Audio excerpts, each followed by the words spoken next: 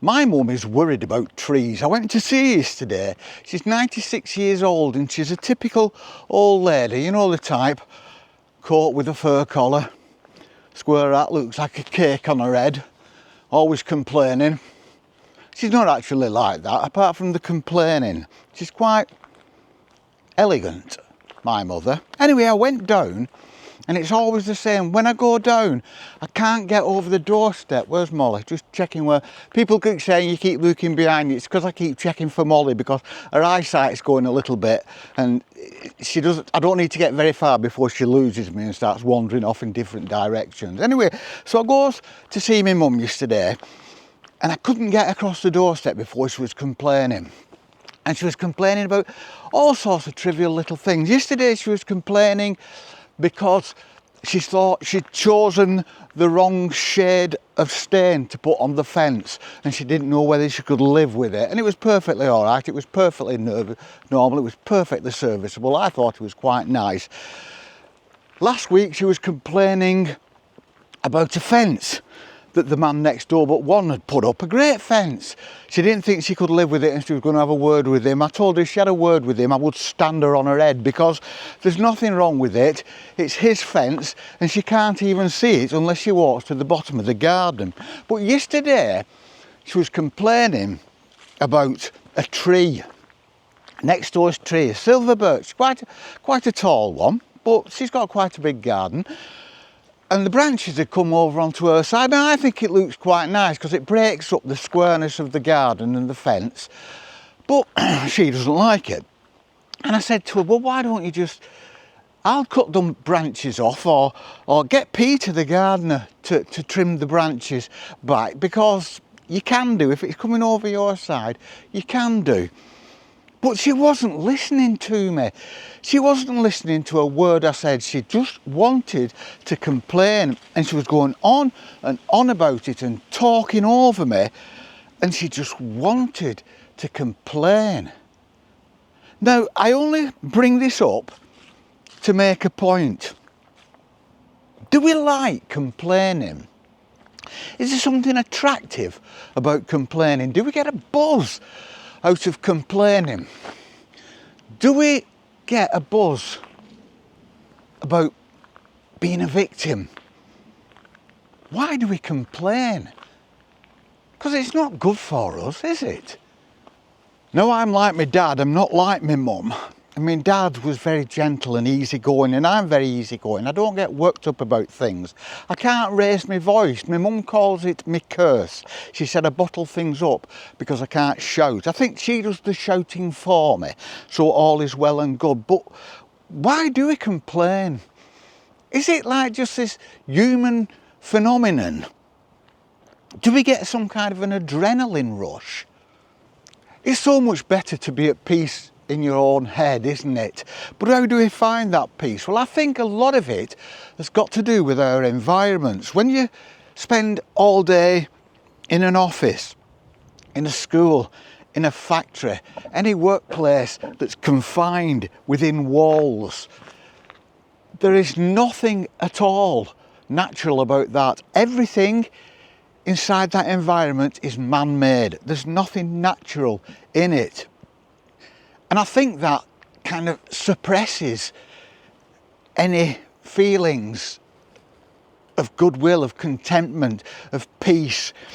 You're in an environment, there's the stress of work, there's the pressure of work, and also there you are in this artificial environment where everything is man-made, where you can blame everybody else for decisions they make. You can blame the environment and you can blame the people who constructed that environment. The designers. I don't like this room's too small. I don't like the way the light that comes through the window. I don't like the heating. I don't like the AC. I don't like the ventilation. It isn't good for me. It isn't good for the working conditions. It isn't good for my mental health, and there's nothing at all natural about it. It's all been designed by another human who's got exactly the same hang-ups as you, and they've designed it thinking this is what will be beneficial to you. Well, not beneficial to you, it's actually beneficial to the people who employ you, because you're only there to do a job and make money for them, aren't you? So a work environment, and like I say, I think the main thing, for me, the main thing is there's nothing at all natural, it's all constructed, it's all designed. The air you breathe, it's been recycled. It's probably been 6 times rebreathed before you finally get it into your lungs. I've worked outside all my life, and if I stay inside for long periods, I get headaches, and it's just because I need the wind in my face, a breeze. I sleep at night. I don't know how many people out there are like me.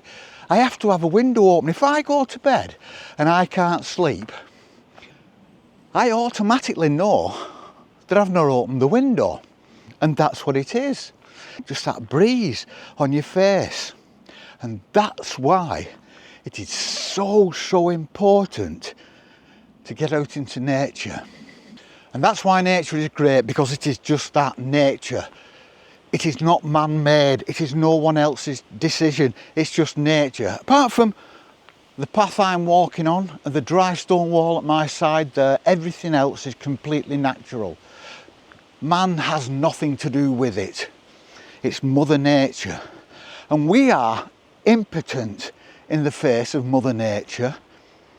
She dictates what happens around us. There aren't confines. We're not confined within walls. We aren't confined within a man-made environment. We're confined, if we want to be confined, within nature-made environment, within a natural environment. And you can feel the difference. You really can. Sit in an office with neutral coloured walls, plastic furniture. But out here, everything is right. Man has nothing to do with it. I'm looking through the branches now. Behind me, there's a dry stone wall, and beyond it, I'm in the shadow, but beyond it, across the water, the sun is shining on the grass. And it all looks fabulous. And this is what it's all about. This, never mind your blooming psycho babble man, you go and spend thousands of dollars and thousands of pounds a year, your analyst and your shrink or whatever they call them. Never mind that, come out here, it's free. This is where your mind finds peace. Out here, just me and Molly, walking through nature. It's quite a breeze. It says the wind's really going to get up later on in the day, and it's now blowing in the trees above us. And that's all I can hear. It sounds like people rattling millions of newspapers. The odd bird. When the wind drops down, I can hear a bird. So break away from the confines of the office when you can.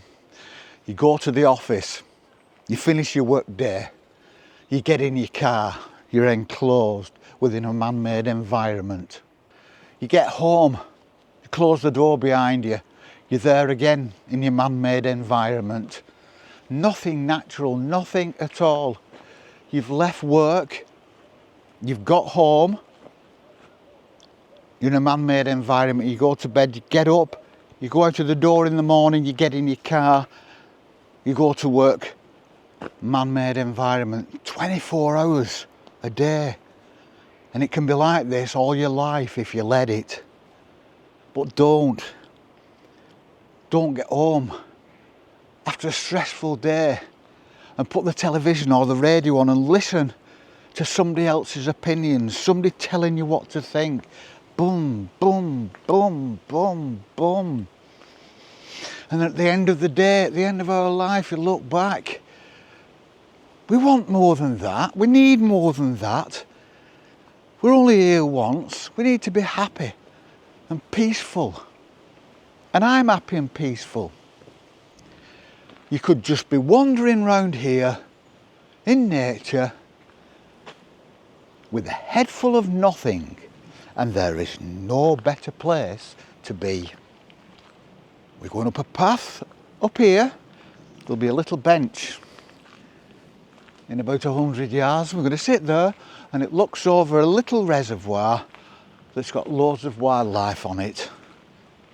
And we're going to sit there for half an hour and then decide what to do.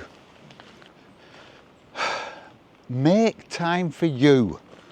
You've got to make time for you. Nobody's bothered if you work yourself into an early grave.